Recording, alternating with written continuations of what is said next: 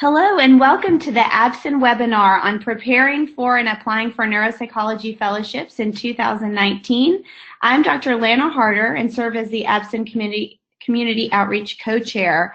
Today I am joined by Dr. Amy Heffelfinger, the APPCN President, Professor of Neurology, Neurosurgery, and Pediatrics at the Medical College of Wisconsin. We also have with us today Dr. Rob Collins, who is our APPCN President-elect, the APPCN Community Outreach Committee Co-Chair, Assistant Professor of Neurology, and he comes to us from Michael E. DeBakey, VA, and Baylor College of Medicine. We also have joining us Dr. Lauren Piper, Postdoctoral Fellow at University of Iowa Hospitals and Clinics. And I'm going to hand this off now to Dr. Amy Heffelfinger, who will talk to us about preparation for application to neuropsychology fellowships. Hello, everyone. I'm very excited to talk with you about applying for a postdoctoral fellowship in clinical neuropsychology. My goal for tonight is to educate about the application process, as well as the benefits of training with an APPCN program and the important details that are necessary for participating in the match. I will also go through some of the literature and supporting specialty documents regarding the training standards in clinical neuropsychology. And I'm going to also just talk with you about coursework, research, supervised clinical experiences that help secure an APPCN fellowship position. These are all the things that are also essential to becoming a board-certified clinical neuropsychologist. So a little bit about me. I've been the training director at the Medical College of Wisconsin for 15 years now. We have a lifespan program with 4 adult and 4 pediatric fellows. Medical College of Wisconsin has been an APPCN program since its inception. In fact, my predecessor here was one of the people to help form and create the standards around training in clinical neuropsychology and APPCN itself. We also have an APA accredited fellowship in clinical neuropsychology and have been accredited for 15 years. Been the president of APPCN for 2 years and am currently the past chair of the Faculty Career Development Committee at Medical College, and recently have begun being the chair of my department's faculty mentoring program. I just say all of that so that you all know how important training is to me. I'm the daughter of teachers, and I always say, when you're born into a family of teachers, you can't take the educator out of you. And I've been very happy to find this piece of my career while also practicing clinical neuropsychology. So let's start with what APPCN is, in addition to just understanding what those the initials mean. So why would you choose a postdoctoral program with us? So APPCN is the Association for Postdoctoral Programs in Clinical Neuropsychology. So the reasons to consider, and we would actually encourage you to apply to APPCN programs, is because all of the programs, so APPCN does not oversee the students. We oversee the training programs, and the review of the process to become a APPCN training program requires that your program is consistent with Houston Conference guidelines, as well as training taxonomy and competencies in clinical neuropsychology. So APPCN has already done the work of reviewing each of our programs to make sure that they are consistent with what you need to be board certified by AACN ABPP, which those initials might not mean much to you guys, but it is important to understand that in many places, being board certified as a clinical neuropsychologist with the American Board of Professional Psychology, which is ABPP, is very important for your practice. Additionally, to be an APPCN program, you are required to follow a code of conduct around recruitment and the fellowship training experience, which protects fellows during their process as well. What are the perks to the programs? APPCN provides training program resources, including how-to manual for the programs, written and mock oral exams, video didactics, a members-only listserv, and consultation. The student perks are that if you attend an APPCN program, then you have an expedited review for the board process, and you also can get some emergency support if you have any questions or needs during your fellowship. Also important is that APPCN takes the training of all individuals very seriously, and we promote and work towards equal opportunity for training for individuals from diverse, underrepresented, and discriminated against backgrounds, including race, ethnicity, disability, sexual orientation, gender identity, first-generation college graduates, as well as international students. So we really try to promote those equal opportunities and thinking about how to get that within our profession. So what is the match? Many people think that the match is synonymous with being or with APPCN. So all programs who are APPCN members, if they are recruiting for clinical fellows, do need to participate in the match. The match is available for programs that may not be APPCN programs. The thing, if you are applying to a program that is not an APPCN program, but one that is in the match, that does not, that means that they have not been reviewed by us. That doesn't mean that they aren't a good, strong program. It just means they're not a reviewed APPCN program. The matching program is a process which places applicants into clinical neuropsychology residency positions at training sites in the United States and Canada. The match is sponsored and supervised by APPCN, and it is run on behalf of APPCN by the National Matching Service. And here are the links for you to look at those websites. So important dates to know about the match for this coming recruitment. If you are planning on doing a fellowship next year, you want to be, and hopefully already are, well on your way of picking out the programs you're interested in applying to. And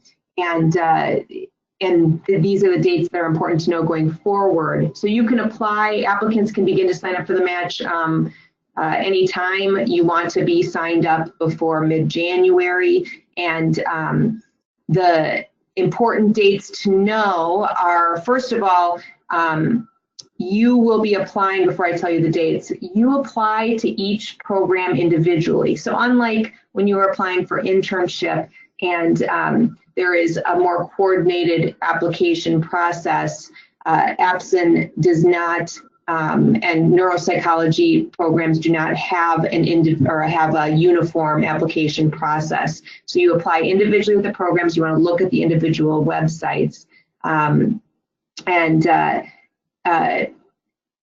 there are listings of all of the different programs in several different sites. Of course, you can find any of the APPCN programs and whether or not they're recruiting through the APPCN website. You can also review for other programs, as well as the APPCN programs.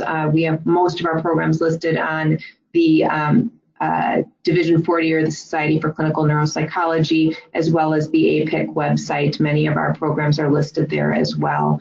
So you want to be applying now with your plans to be finished applying, I'd say by the end of December, and then interviews will primarily occur at INS, which the day of interviewing, the day that most of us do interviews is Tuesday, February 19th, which is the Tuesday before INS, the International Neuropsychological Society, starts. It is in New York this year. If you are not able to attend that or complete those interviews, many of the programs do have interview spots either via Skype or on site. So that again is something you would check with the individual programs. For those of you who will be at INS, please plan on coming to breakfast with us at the beginning of the day. And most of your interviews will be on Tuesday, but some of them will be scheduled throughout the full week of INS so that we can fit in all of the interviews.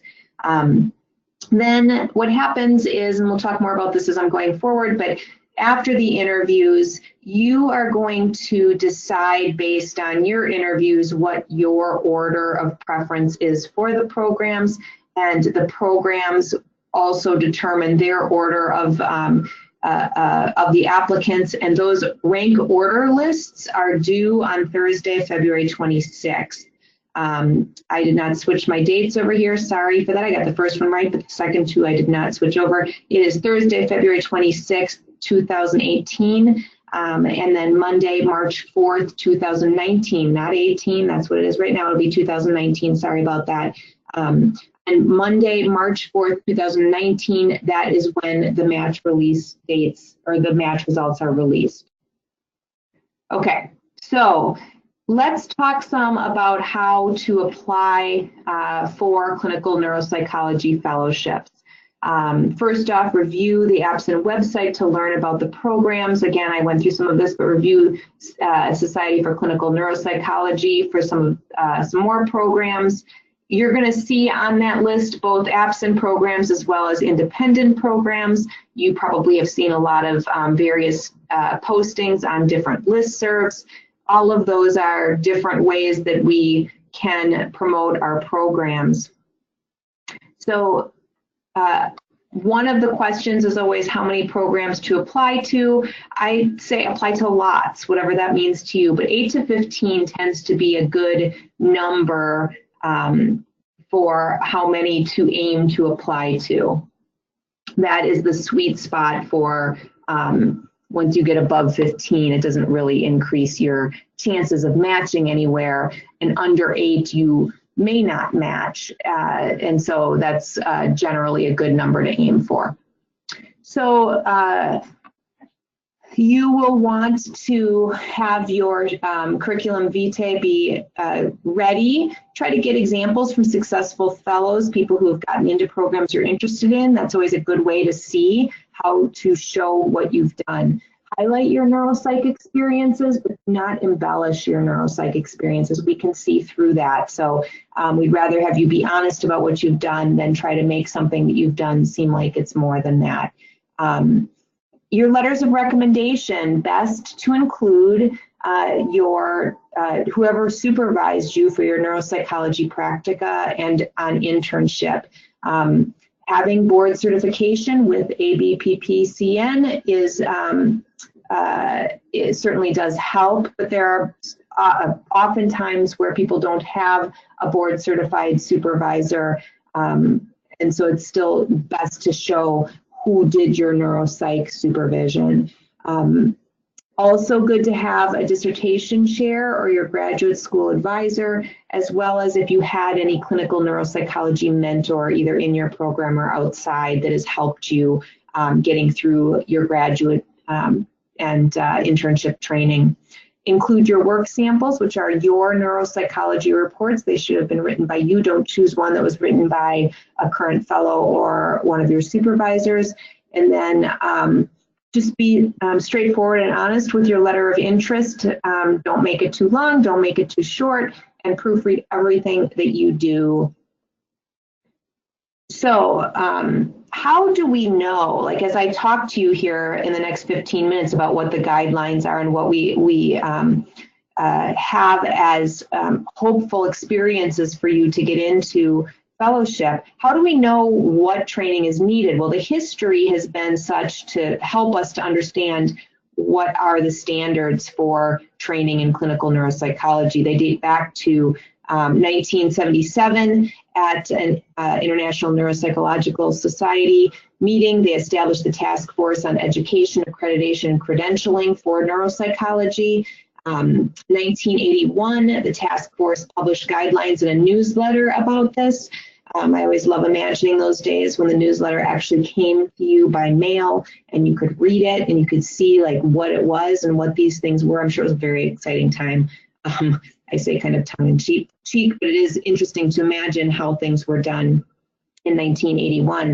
1984, guidelines are approved by the American Psychological Association, Division 40, which is the the group, the division that represents neuropsychology, clinical neuropsychology. And then in 1987, these guidelines were actually published in the Clinical Neuropsychologist, the Clinical Neuropsychologist. So then Houston Conference guidelines were, I'm going to talk about that in the next slide, the neuropsychology competency, which is more recent, as well as the neuropsychology taxonomy.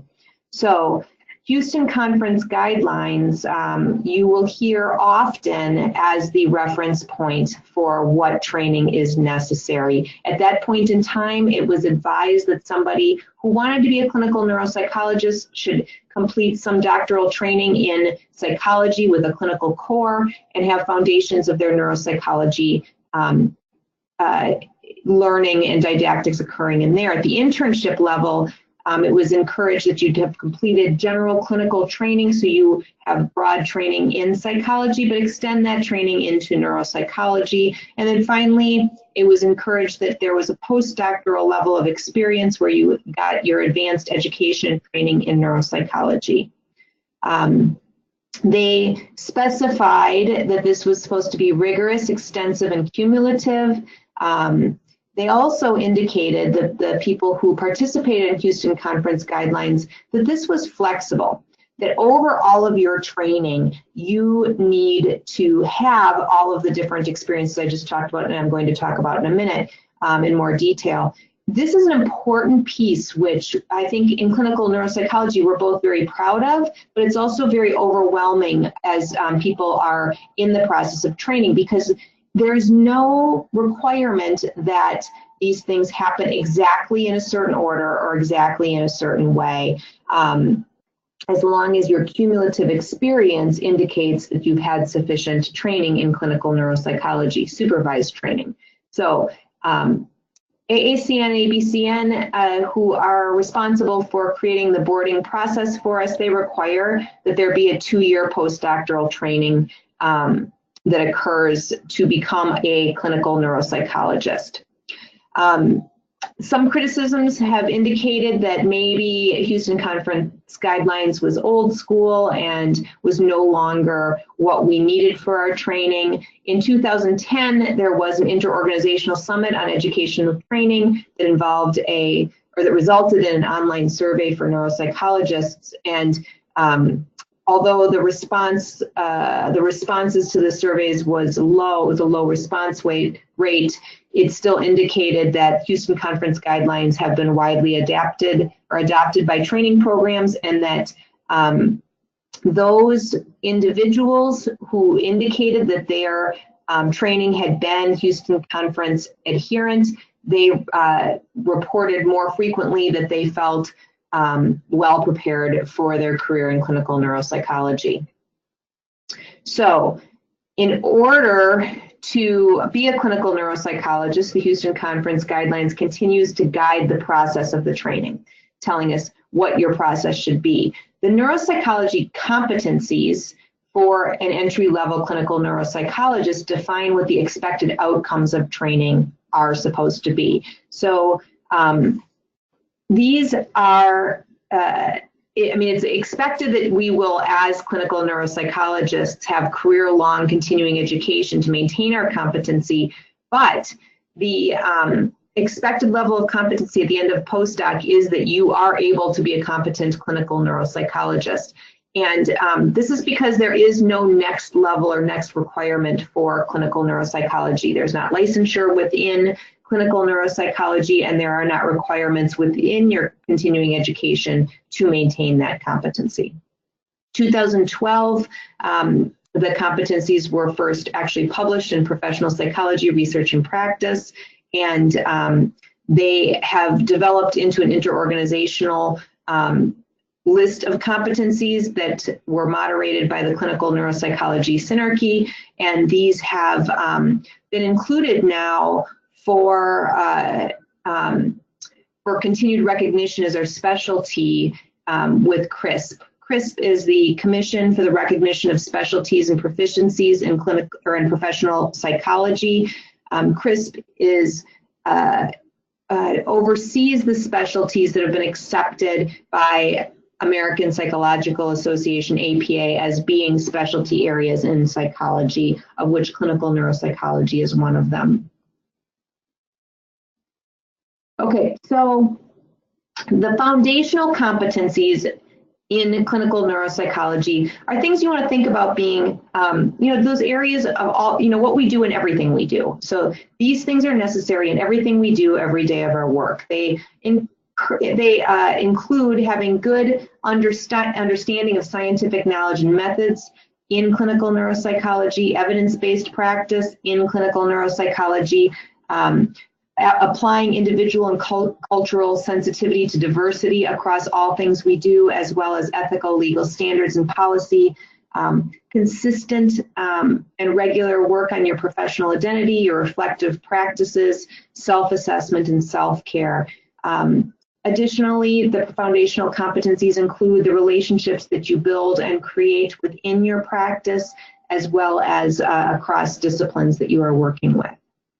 So specific areas of competency include neuropsych assessment, neuropsychological intervention, neuropsychological consultation, neuropsychological research and evaluation, teaching, supervision, I'm going to add to that mentoring, management, administration, and advocacy. These are all of the different areas in clinical neuropsychology that you need to be competent at by the end of your postdoctoral fellowship to some level. Again, you can go through and go back to, there's a couple places where those competencies are published for the detailed specific objectives within each competency. Moving on to the taxonomy. So the neuropsychology taxonomy, I'm going to flip ahead just to show you what it looks like. I'm going to come back to this when we spend a lot of time on it, but I just wanted you to see what the taxonomy looks like, and then I'm going to come back here. The purpose of our taxonomy is that it's a structured framework or a common language that all training programs are supposed to define what their actual level of neuropsychology training is. So every program that you attend, whether it is at the graduate school level, internship level, or postdoctoral level, should be able to and should say on their website and in their program what their level of training is for clinical neuropsychology. This is to provide better truth in advertising. This was developed by neuropsychological organizations involved in education and training, built on all the things we've talked about already here, including the Houston Conference guidelines, as well as the requirements for accreditation for APA.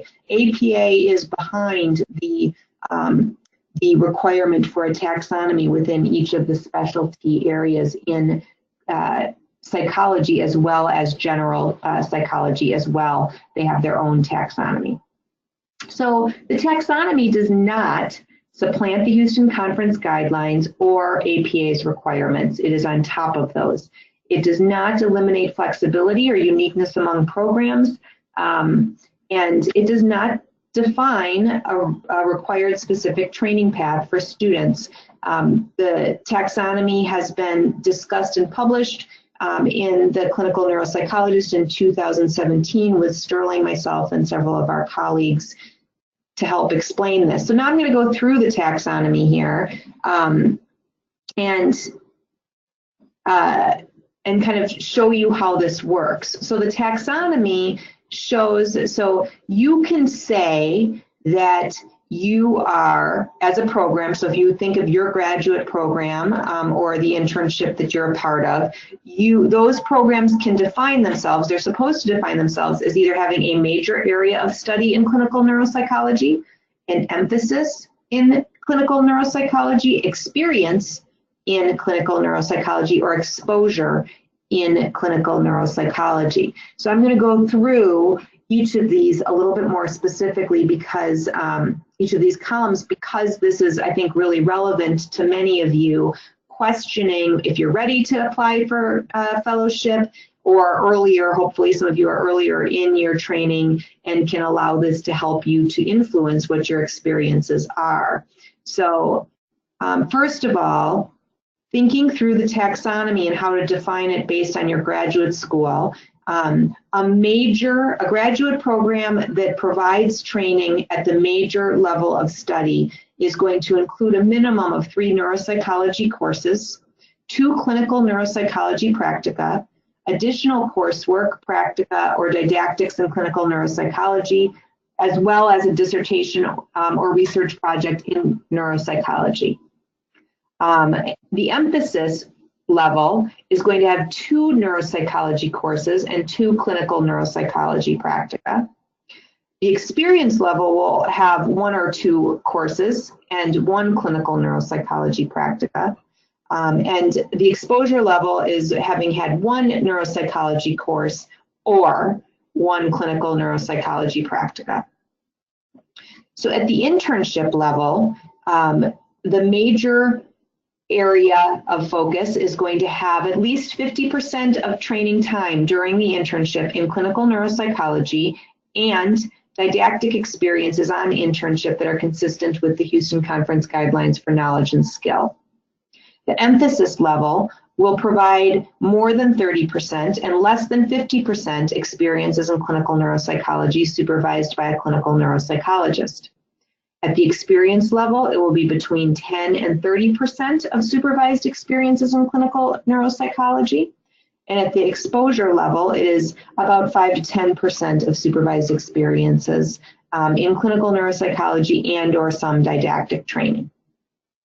Okay, so now on to the most important part of what we're talking about. What do you need at the postdoc level? I'm going to come back through and talk about what if you didn't have that experience before in the next slides. But for right now, let's stay focused here. At the postdoctoral level, if you want to be a clinical neuropsychologist, the only way to be a clinical neuropsychologist is for you to complete a 2-year postdoctoral training program in clinical neuropsychology that is full-time clinical neuropsychology. So that means 2 full years of supervised training in clinical neuropsychology, as well as receiving the relevant didactics, clinical and research activities that are necessary to develop the competencies to be a clinical neuropsychologist. As you can see at the bottom of this slide here, there is no such thing as a definition of an emphasis, experience, and exposure in clinical neuropsychology at the postdoctoral level if you want to be a clinical neuropsychologist. Okay, here we go. All right, so I want to talk a little bit about going back to the requirement that Houston Conference Guidelines indicated, which is that we have to be flexible in what we allow for in training to be a clinical neuropsychologist. So obviously, when you look at this taxonomy, it's pretty clear that if most of your training is down at the exposure level, you are not going to be able to get a fellowship training in clinical neuropsychology without more experience. The other thing that is hopefully pretty obvious to you is that if you are one of those fortunate students that's sitting up here where you did you attended a doctoral program that truly had a major area of study in clinical neuropsychology, you've done more than 50% of your training on internship in clinical neuropsychology, and you're now really well suited for the 2-year postdoctoral training programs in clinical neuropsychology. That's great. That makes you hopefully are sitting there and feeling, okay, those things have went, you have prepared yourself well. How about those of you, though, who follow a path like this? So, I gotta get my words back. Okay, so you can also, though, have different paths to get to this postdoctoral training. So if you are somebody who determined a little later in your graduate training that you wanted to be a neuropsychologist, or your graduate training program didn't have much neuropsychology, so you kind of had to patch things together while building up for internship, you still have the opportunity to get into or to be accepted into programs in clinical neuropsychology. Okay, so coursework,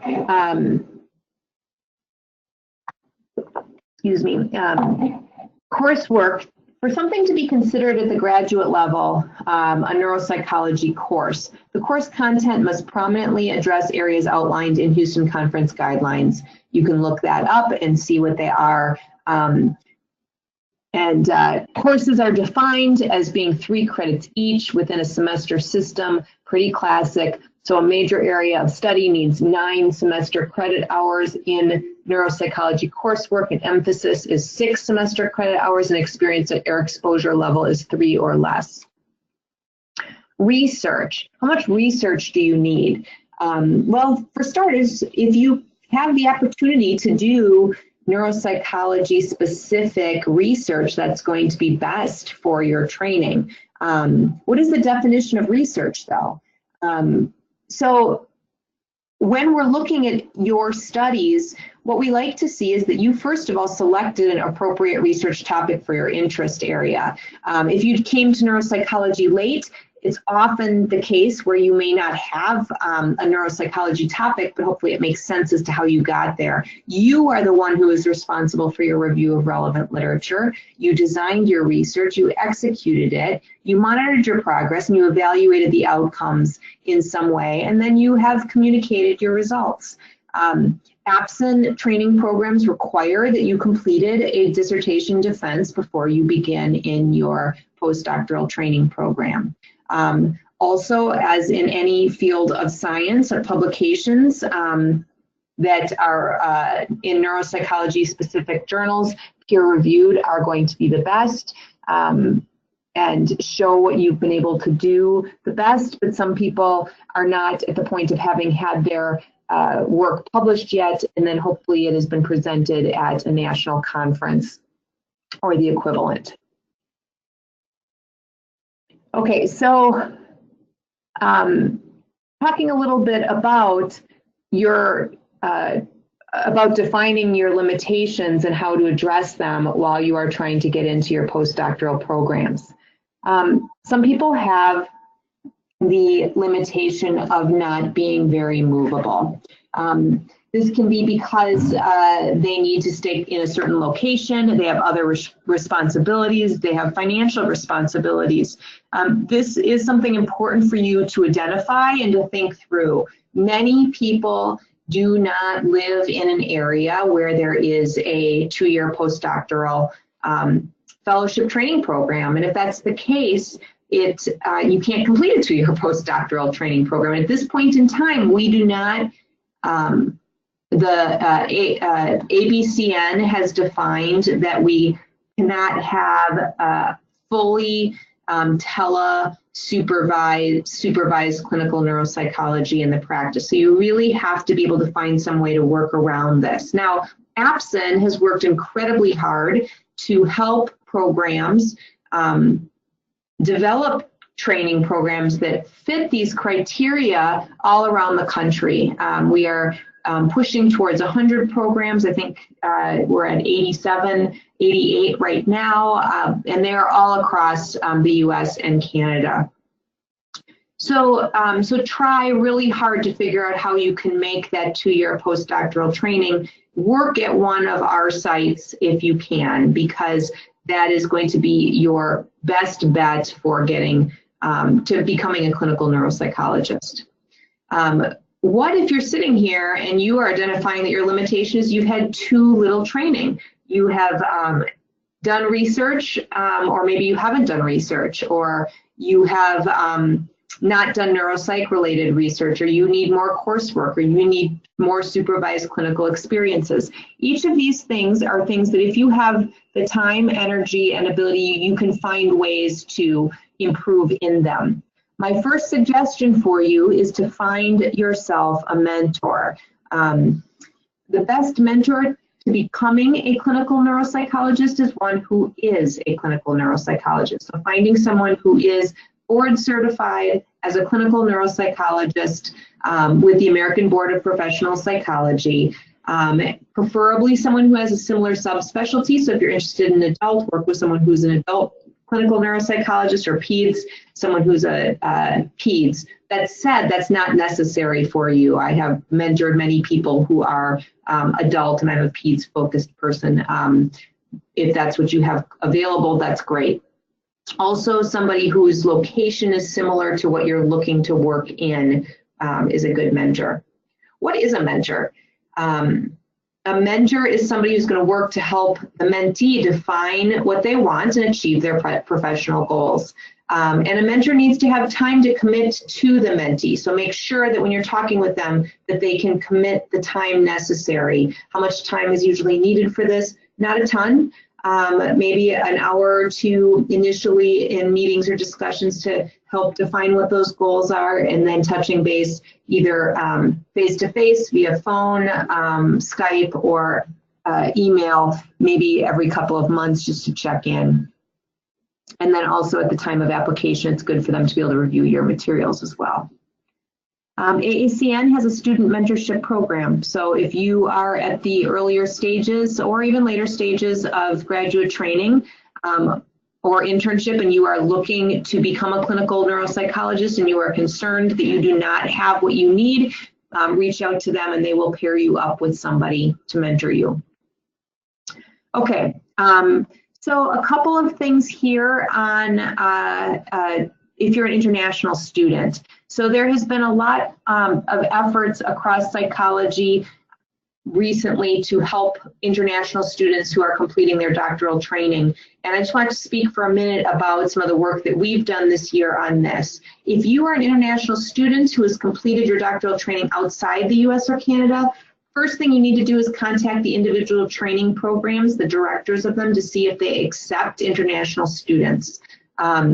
Also, it is on you to initiate your verification of degree. Two of the sites that can do this are the World Education Service and the Comparative Education Service. They can provide for us information about whether your education, which may be very, very different, it often is if it's not part of our system, whether or not it's comparable. Also prepare to have your transcripts and your letters of recommendation transcribed into English, and you may need to demonstrate your English proficiency as well, as much of what we do does require for you to be proficient in English. So if you are an international student who completed your doctoral training inside the US or Canada, the biggest issues that you have are often around visa issues, because visas will run out of time. So you need to work with your doctoral university to first of all determine, will the current visa cover you for the full 2 years of your program? And if not, what are the options to get a different visa or to extend? And then also you want to be working on getting your visas required for any family members who will need to be attending with you. And then finally, some states do require that postdoctoral fellows be licensed. In those states, you would want to explore what the licensing requirements are before you would apply there to make sure that you are qualified to be licensed in that state with your experience. Okay, that is it for my formal presentation, and now I'm going to switch over to Lana to be able to coordinate questions. Great, thank you, Dr. Heffelfinger. We will start with a question here. For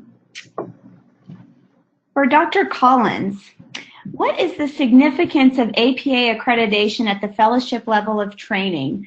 Would training in an unaccredited fellowship negatively impact future career opportunities? Very good. Well, good evening, everybody. I'd like to also, as a point of disclosure, indicate that I direct an APA specialty accredited residency program, and I would like to tell you that attending an APA specialty accredited program is essential, but that would actually not be true. In fact, most neuropsychology residency programs are not specialty accredited, and most of the APPCN residency applicants are going to actually attend a non-specialty accredited program. They're just going to attend a neuropsychology residency program.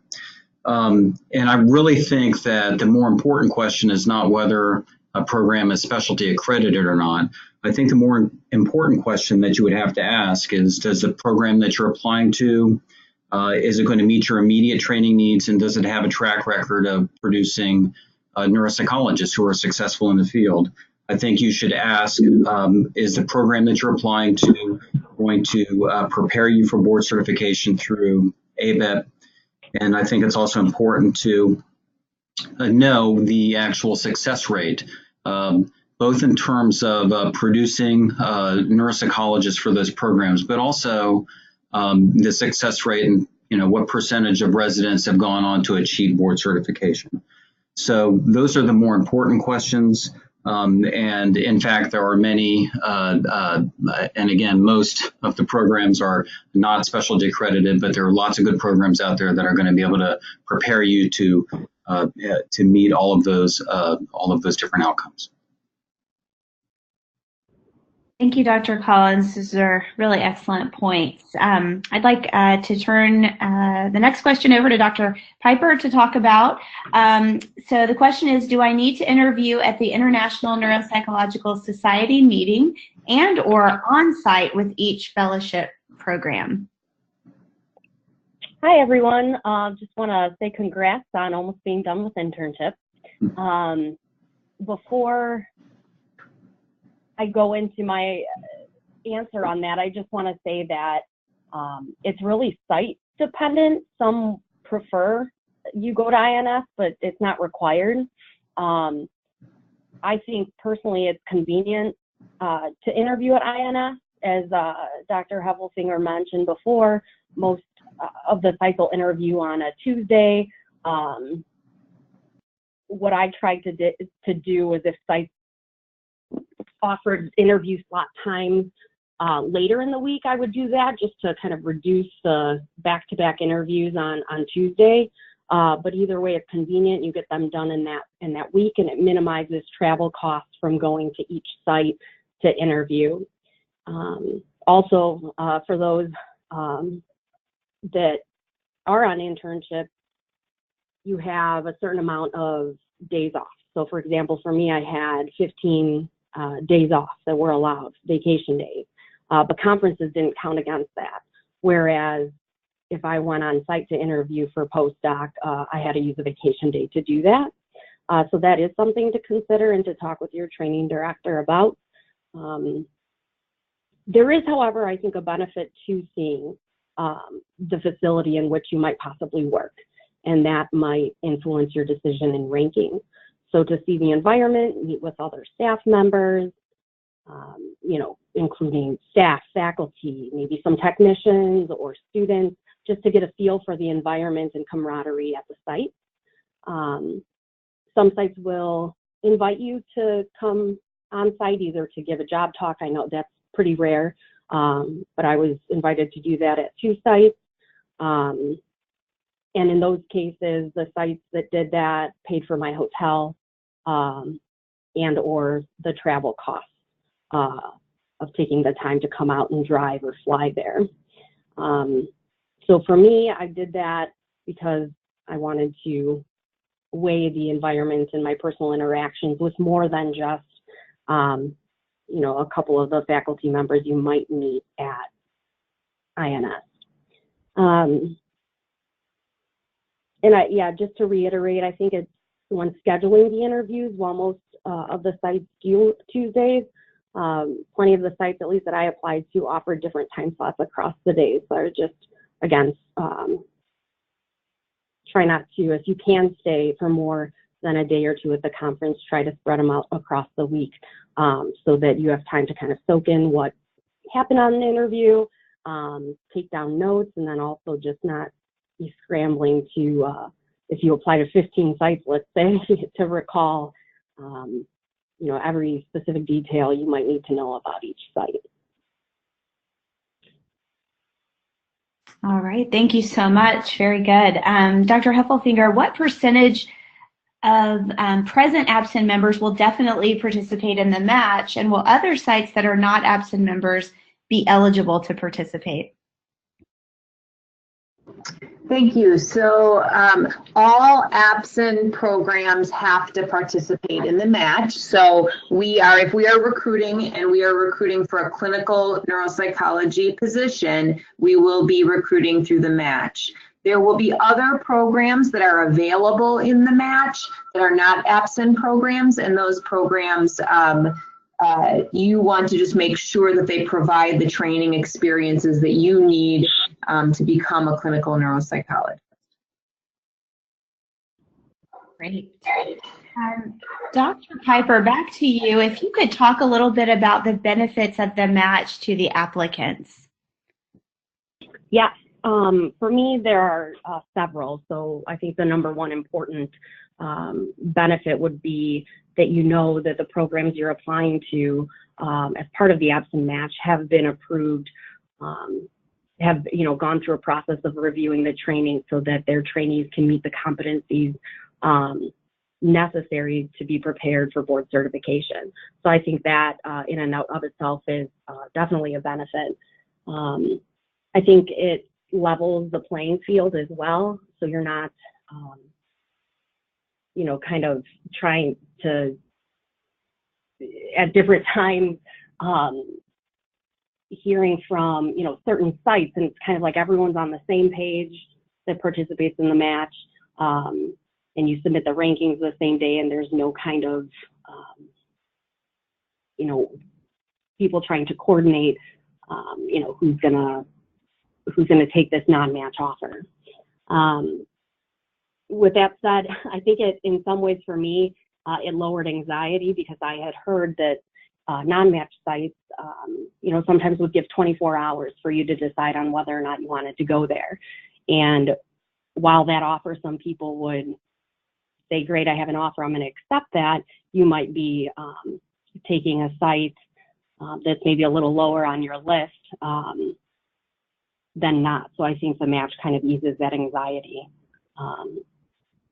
It's also, you're at internship, I feel like if you have to decide and you get that phone call or email, you're likely seeing a patient working on a report and kind of scrambling during the day to reach out to, a match site. If you hear from a non-match site, if you get an offer, and you might be playing phone tag while you're busy doing your clinical work. So I think that can be anxiety provoking as well, knowing that might happen during your day of work. And that's pretty much what I had. Now, with that said, I'm going to caveat that with I applied to a lot of sites in the Midwest, and a lot of those were in the match. But I do know, I've heard from different peers that on the East and West Coast, there may be more non-match programs available than in the Midwest. So it's all, kind of dependent on everyone's individual circumstances. Great, thank you. Thank you, Dr. Piper. The next question I will ask Dr. Collins to address, which is, if I receive an offer from a program that is not participating in the match, what should I do? So this is a pretty common scenario, and I'd also add that we have a section on the APPCN website with frequently asked questions, and I'm going to sort of pull directly from that FAQ section there. And the FAQ section is meant to deal with the most common scenarios. And for anybody listening, if you find yourself in a scenario that's not really covered by what I discuss here, then I would encourage you to reach out to an ABSN board member early on so that we could maybe assist you through the decision-making process. But again, it's not uncommon for an applicant to receive a competing offer from a non-match program. And really the first thing that you need to do as an applicant is to create a rank order list for yourself. And you should really probably, going into INS, really have an idea about what your rank order list, what it looks like. So a couple of the scenarios that I'll discuss. One is if the non-match program is number one, and then if the non-match program is number two, and then what if it's less than number two? So in one of the first scenarios, if the non-match program that contacts you is your second rank, if it is your second rank, and there is a APPCN program, which is your number one, then what you can do is you can contact that program director of your preferred program. And then this situation, you're going to inform your number one site that you have received an offer from your second choice program who's not participating in the match. In this particular scenario, the program director can tell you if they plan to rank you high enough with them so that you would match to their site. Therefore, if you received an offer outside before the match, we encourage you to contact your preferred program and inform them of your situation. So what happens then if the non-match program is not number 2? What happens if it's a little lower down on your list? For example, maybe 3 or 4 or something along those lines. Another option that you have is you can let the non-match program know that they're competitive in your rank order, but there are other programs that you are still interested in, but that you could and you would agree to not rank programs that you're less interested in. So for example, if they were number 4, you could say, well, I would agree to not rank anybody below 4, but stay in the match.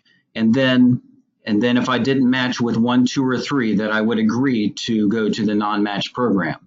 So in this situation, and if you would agree to do this, you have to get the non-match program to commit, to hold off on offering that position. They would have to agree to this. And we would strongly encourage you to get this agreement in writing. But in this scenario, in this option, your best interests are served as you're able to consider all the training opportunities according to your true preferences. And of course, the last common possibility is that you would receive a non-match offer, but the non-match offer is from your preferred program. If this occurs, obviously you would probably want to accept that offer, but then what you must do is you must withdraw from the match, and you have to do so prior to the day when your rank order list is required to be submitted. Because if you have submitted a rank order list, you cannot back out of that. You are bound to respect the rules of the match, and there can be professional consequences. So, and it's important to understand that we're talking not just about programs, individuals who are impacted by this, but there are sites also that are expecting that a certain number of applicants that they're ranking are going to still be participating in the match. So again, this is a common occurrence, and there is an FAQ section on the APPCN website, and you can always reach out to a board member or an officer for additional clarification. Great, thank you so much, Dr. Collins. I'm going to do one last question here, and then we'll wrap up. So Dr. Piper, if you could comment on how many residents one should apply to, and I know Dr. Heffelfinger touched on this somewhat, but we'd love to get your perspective as a fellow. Yeah, definitely. So just on a personal note, when I applied for postdoc, I applied to 8 sites. So Dr. Heffelfinger said 8 to 15. I applied to 8. 7 of those were match sites, the ABSN match, and 1 was a non-match site. Typically, it varies, again, on where you are in the country, and if you're geographically restricted, that might limit how many match sites versus non-match sites you might apply to. Typically, if you're restricted geographically, you would want to apply to more sites. But between, if you apply to 15, some people want to apply to more than that. And in those cases, like Dr. Heffelfinger said, it's not going to increase your chance of matching. And if anything, it's going to add, extra work and stress on your plate. So I definitely would not exceed that recommendation. But everyone has to weigh the pros and cons for themselves. Also, I think it depends on how many sites you're going to apply to.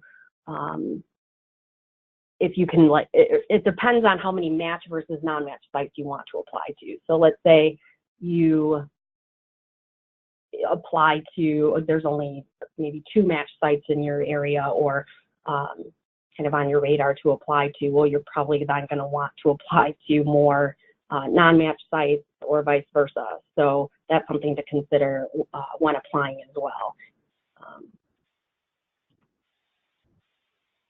Great, thank you so much. And in closing, I just want to thank all of our panelists who shared their knowledge and expertise about this process.